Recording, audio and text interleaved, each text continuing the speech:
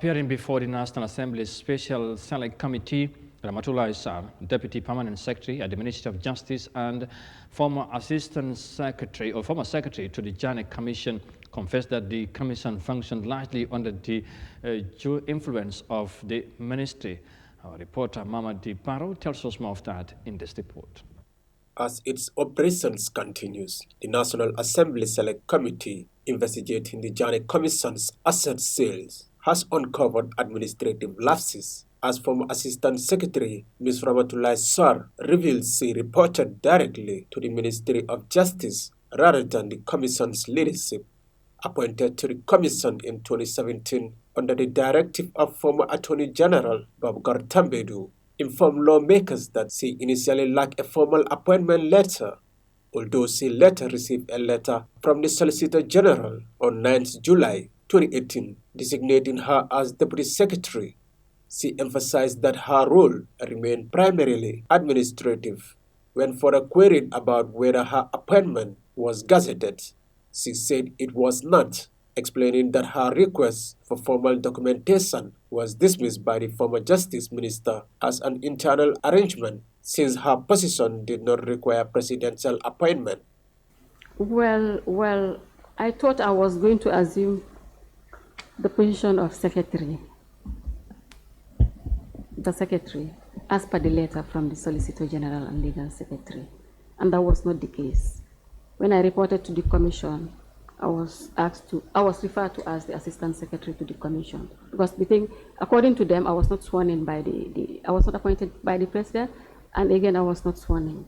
So your testimony is that, in fact, there was no secretary to the Commission? At that time? At the time? No. From around the 10th of July to March 2019? Yes, July, August, yes.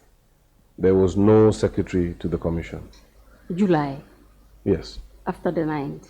There was no secretary. 10th of July? July. Onwards? Yes. There was no secretary? There was no secretary.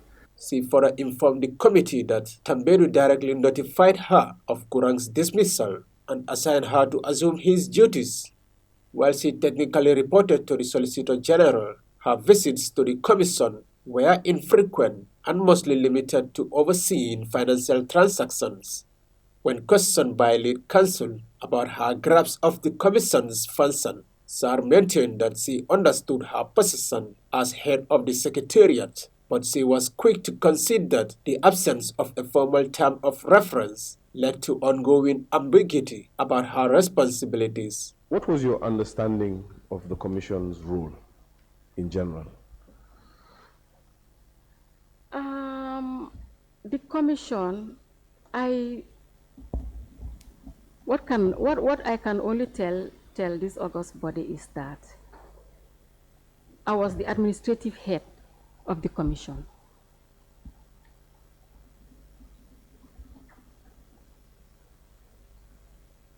I was not a technical person in any way.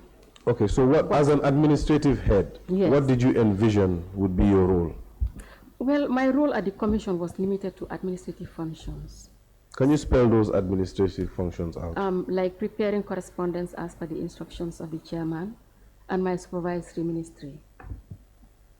So you were, even when you took the helm of affairs as head of secretariat, you were still observing two reporting lines? Yes.